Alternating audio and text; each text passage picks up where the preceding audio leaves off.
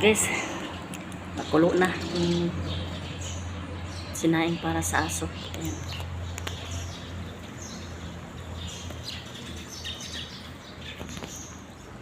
Lapit na siya maluto. Hirap pagdikit. Lisod kayo ba? Maghaling kalayo. Dugik ay mahaling. Ginoo. Ato na siya bungkagan kay kanam na siya hubas na. Para di sayag sa kuan. Kalayo.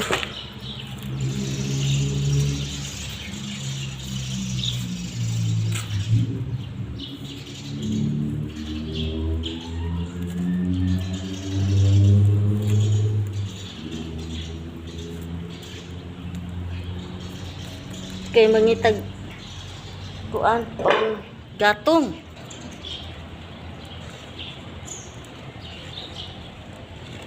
Hirap kaya maghanap ng panggatong. Kanang kuan ba? Kahoy ba na isugnod? Sa Bisaya pa.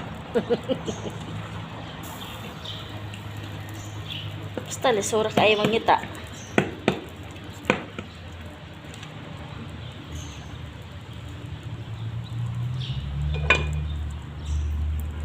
Na yan.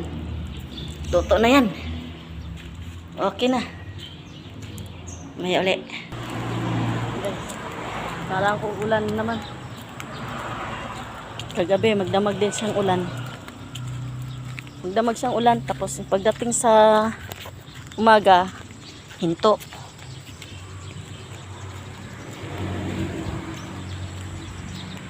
Tayo kung anong guys, yung ano, yung dragon fruit, yan ang puno yan.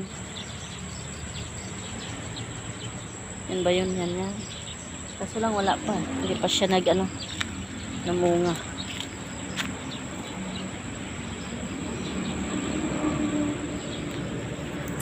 Hanap ako kung ano magulay.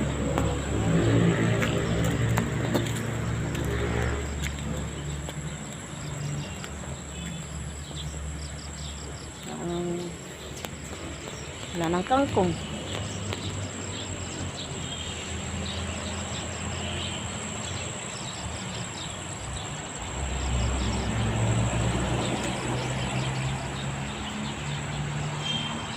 Kangkong guys. Ano pa yun? Sili? Ay, hindi. Kala ko sili.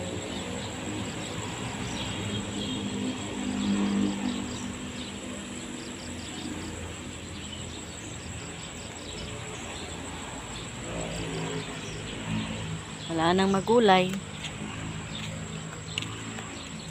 Tapos na.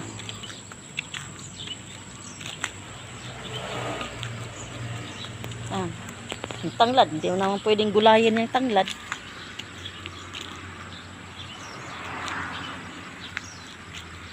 Kangkong wala na rin.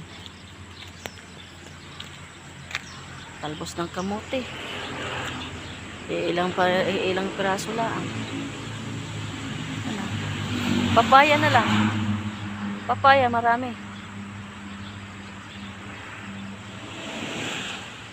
Masarap lang naman yung papaya. Papaya, okay din kasi. Yun ang ginugulay ko lagi.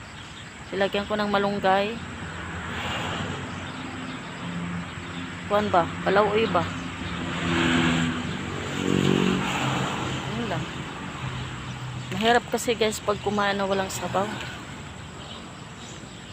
Lalo na yung aking tonsil na hindi pa talaga siya as in magaling, kasi pag nakakain siya ng medyo matigas at saka hindi ko nga alam kung ano na ang kakainin ko, kasi sinusunod ko naman lahat ang bawal, pero bakit minsan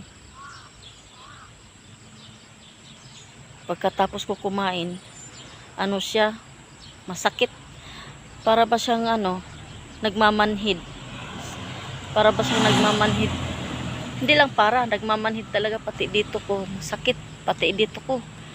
Ang tonsil dini lang, 'di ba? Dini. Sa ilalim din eh. Ay. Eh, bakit pati dito masakit? Dito. Diyan guys, oh, dito. Yan, ang inaano ko. Masakit minsan.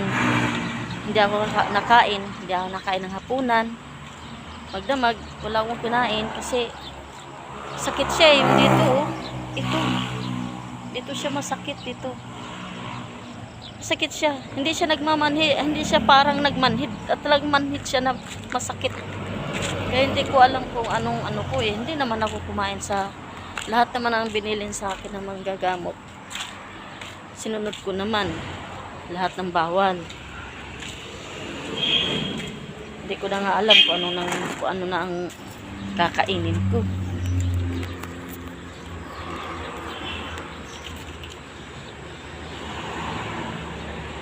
Sabi tilapia, pwede.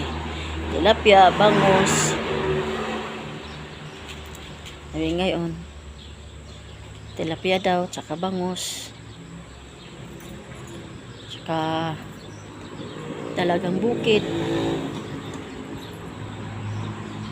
Tsaka budlatan. Sa Bisaya pa. Dito sa Manila, tingin.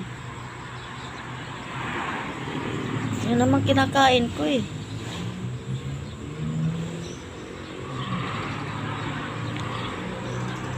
Sabi ni Tatang, pwede naman daw ako sa karning baboy, pero laman, kailangan daw iihawin, iihaw. Dito pa sa Batangas, ibangi. Kung sa ato sinugba, sa Bisaya. Pwede daw ako kumain nun sa isang linggo, isang beses. Pero wag daw iprito. Gawin daw binangi. Inihaw ba? Basta laman. Tapos, pwede daw ako kumain ng karning manok. Wag daw yung balat. Pwede daw ako kumain nun, pero hindi iprito. Iihaw o kaya gawing tinola. Gawing tinola, yung diretso lang siya. Wala siyang, hindi siya kailangan. Huwag mo siyang igisa-gisa ng mantika. Huwag. Pwede mo rin siya igisa. Pero mantika na olive oil. Hindi sa mantika natin. Kaso lang guys, wala na eh. Yung mantika kung olive oil, kunting-kunti na lang, ganyan na lang saka karami, kunti na lang, ganyan na lang. Wala pa akong pabili.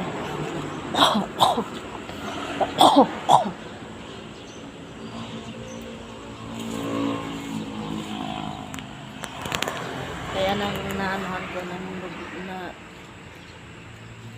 minsan napaisip ako, bakit? Ano pa bang dapat kong gawin? Kasi hindi ka rin pwedeng kumain ng maramihan kasi kailangan ng kainin mo medyo basa na kanin. Kailangan talaga may sabaw. Kasi pag matigas na kanin ang kinakain, siya, nakirot ba? Nagmamanhid. Hindi naman dito. Kasi ang tonsil dito eh. Baliktaran eh. Ay yung akin, bakit pati dito? Yung dito. Dini. Yan. Yan. Diyan siya masakit. Pag ilunok mo dito, para kang may nakabara na hindi mo maintindihan. Pero, na to eh. Pinasitiskan na to eh. Pinasitiskan na to ng doktor. Kasi sabi ng doktor sa akin noong buwan ng May yata yun o June. Sabi kasi ng doktor sa akin, kasi ginagamot niya ako noon 2 months yata niya ako ginagamot nun sa thyroid ko. Yung thyroid ko nasa loob kasi yung mga bukol ba, marami din nasa loob. 2 buwan ako ginagamot sa thyroid ko. Ngayon pinabalik ako doon ng May yata yung katapusan o June, hindi ko matandaan. Ang sabi ng doktor, kung kamusta daw. Sabi ko, okay naman po siya, Dok. Wala na siyang masakit. Wala na po, hindi na masakit siya. Nakakatulog naman po ako ng maayos. Kaso lang po, Dok, pag naglunok ako, mayroon pa talaga siyang konting nasabit dito. Sabi ng doktor, hindi na kita iresitahan ng gamot sa thyroid kasi 2 months na kitang niresitahan. Tuloy-tuloy. Ang gawin natin, bigyan kita ng request, CT scan. CT scan neck. Ayan, neck CT scan. Ang gawin natin para malaman natin kung may thyroid pa ba siya o wala na. Sana wala na, sabi ng doktor. CT scan. Ang resulta naman sa CT scan, okay naman, wala na siyang thyroid, normal na, okay na siya. Tsaka wala namang nakita dito sa loob, walang nakita, sabi ng doktor. Wala naman nakita sa CT scan. Hindi natin alam kung ano ba talaga yan, sabi ng doktor. Ano ba talaga yan, ano kaya, paano mo kaya yan para daw dito sa lalamunan. Pumunta ka kaya sa ENT. Doon ka magpaano. Kasi makikita yan doon Mayroon sila lalagay doon sa bibig mo para mabuka, makita lahat. Sabi ko kasi sa doktor, magkano naman po yung check-up, Dok? Kasi private nga Sabi kasi ng doktor, 1K ang check-up. Hindi pa kasama sa gamot yun. Sabi ko, Dok, wag lang muna kasi wala akong pera wala lang. Medyo okay naman yun Okay, ang akin lang yung pag naglunok ko, meron lang sa kunting nasabit. Yun lang inaano ko. Okay, hindi ko na pinapagamot yun. Okay na yun. Pagdating ng July yata, June. Parang June o July. Basta, sumakit siya dito. Masakit yung dito ko. Yun pala, tonsil. Namaga na. Sabi ng niresitahan ako. Nung una, pina-check up ko, hindi ako niresitahan ng para dito. Niresitahan ako ng hindi siya antibiotic na nakasita.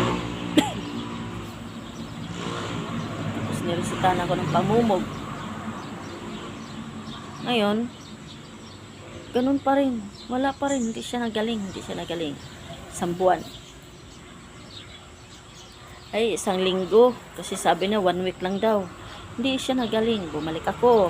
After 1 week, bumalik ako kasi sabi niya, pag halimbawa, hindi pa rin okay. Pagdating ng 1 week, pagkatapos niyan, pagdating ng 1 week, balik ka. Bumalik ako. Sabi ko, Dok, ganun pa rin Tingin nga, sabi niya, ganun pa rin, pa rin, sabi ng gayon. Hindi pa rin niya ako niresitahan. Ano pa rin, pagmumog lang yung binigay niya sa akin. Tapos ayun nga, sabi niya sa akin na, wala na kasi ang pag-asa na liliit. Kailangan na yan.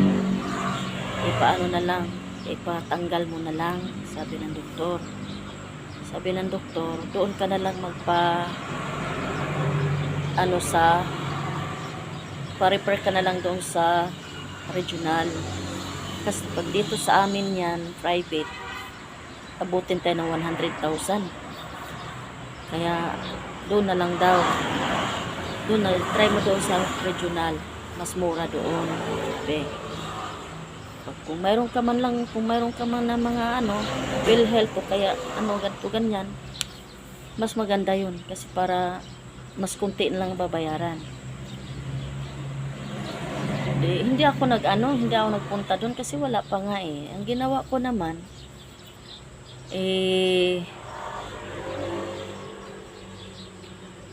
naman nun, schedule ko na doon para sa aking doon sa doktor yung nagagamot sa akin sa thyroid. Tamang-tama naman na schedule ko na rin doon na babasa yung resulta na kinuha sa akin ng sa mga dugo ko. Panabasa doon sa doktor. Tapos, siningit ko rin sa doktor na, kasi sabi ng doktor, kumusta? Sabi ko, Dok, masakit baga ang ano ko, masakit ga ilunok ang lalamunan ko. Masakit siya. Sabi na, tingin. Tinignan niya, sabi niya, ay may tonsil ka, laki na, pagang-paga. Sabi niya gayon. Ano, Dok, ano pong dapat gawin ko? Sabi niya, sige, re-resitahan muna kita ng antibiotic. Sabi niya, napacheck up mo na ba yan? Sabi ko, opo, Dok, napacheck up ko na nakaraan pa. 2 weeks ay 2 linggo ako bumalik doon. Sabi niya, niresitahan ka ba ng antibiotic? Sabi ko, hindi po. Hindi po ako niresitahan ng antibiotic. Sige, resitahan kita ng antibiotic. 1 linggo mo lang iinumin. Halimbawa na ano, walang pagbabago, bumalik ka dito, i-turn over kita dun sa ENT, sabi ng doktor. Simula noon, hindi na ako bumalik. Natatakot na ako kasi inom ako ng gamot. Natatakot na ako baka mamaya masisira ng ano ko sa kakainom ng gamot. Kaya hindi na ako bumalik. Tiniis ko yun na di makatulog, di makahiga ng ayos. Tiniis ko yun nakaupo lang ako na ganyan, nakasandal na ako magdamag. Ganyan, magdamag. Tiniis ko yun gabi-gabi. Tinitiis ko yun, masakit siya. Parang ang pakiramdam ko, parang mapuputol ng liig ko na hindi ko maintindihan. Iyak lang ako ng iyak. Sabi ko, Lord, kung tulungan mo naman po ako, kung halimbawa ko na ito po yung ano mo sa akin, tanggap ko naman po, pero huwag nyo naman po akong pahirapan kasi masakit talaga siya eh. Kaya hindi na ako bumalik sa doktor kasi wala nga din akong pera. Ngayon, hindi ako makakain. Sabi ng doktor, lahat ng bawal, huwag kainin. Lahat, ginawa ko yun. Bawal kape, lahat, bawal kape, bawal maanghang, bawal daw lemon juice, bawal daw calamansi juice, bawal daw matamis, lahat binawal. Ginawa ko yun eh. Lahat ng bawal sinusunod ko. Ganun pa rin.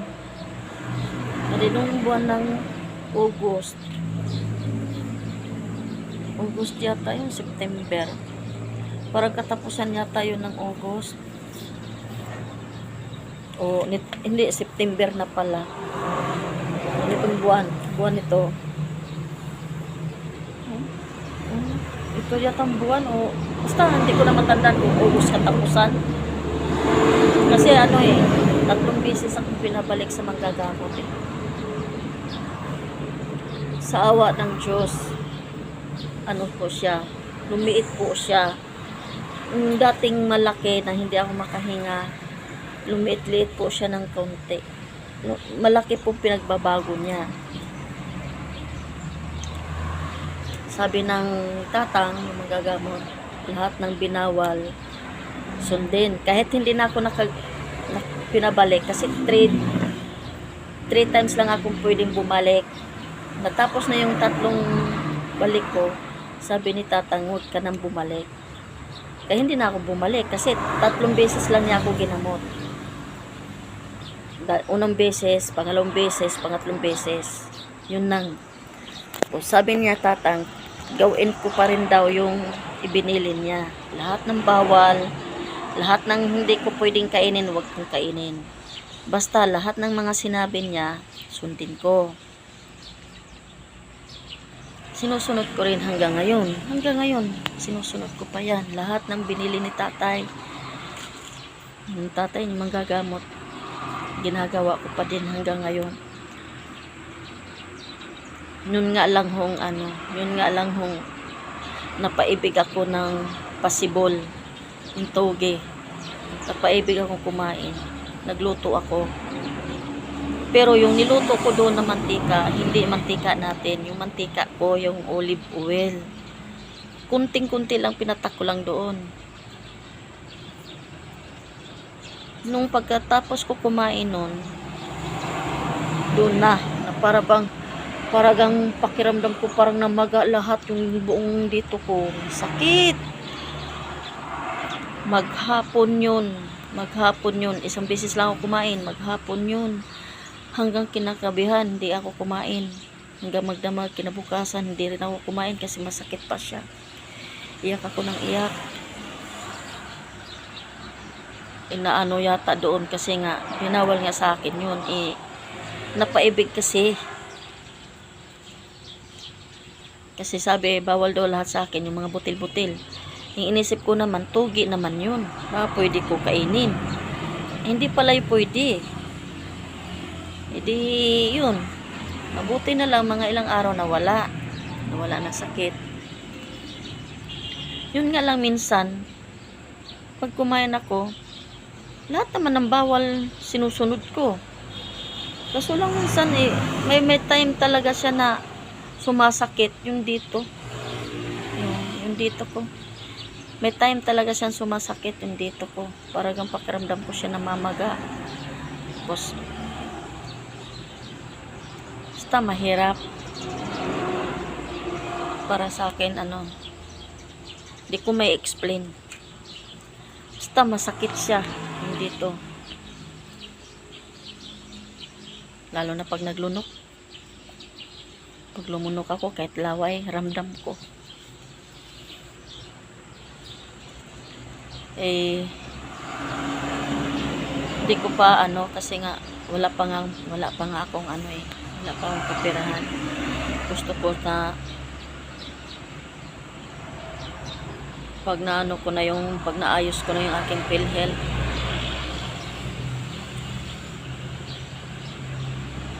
kasi hindi ko nabayaran mga ilang buwan. Pag yun naayos ko na, pag nabayaran ko na lahat yun, saka na ako pupunta ng regional pa-check up, tanong. Pag nagpa-check up po, siyempre back to normal yun. Lahat yun kuhanan ako lahat ng balik sa dati. Tapos yun nga yung papacheck up ko ngayon dito, kung anong suggestion ng doktor. Ngayon hindi ko muna pinunta. Tsaka may awa ang Diyos, gagaling ako. Dahil nga sa paggamot ni tatay sa akin lumitlit nga siya lumitlit. Nakakatulog naman ako. Yun nga lang minsan, meron talagang minsan na hindi ako makatulog. Masakit siya. Masakit pag humiga ako, parang akong sinasakal. Hindi ko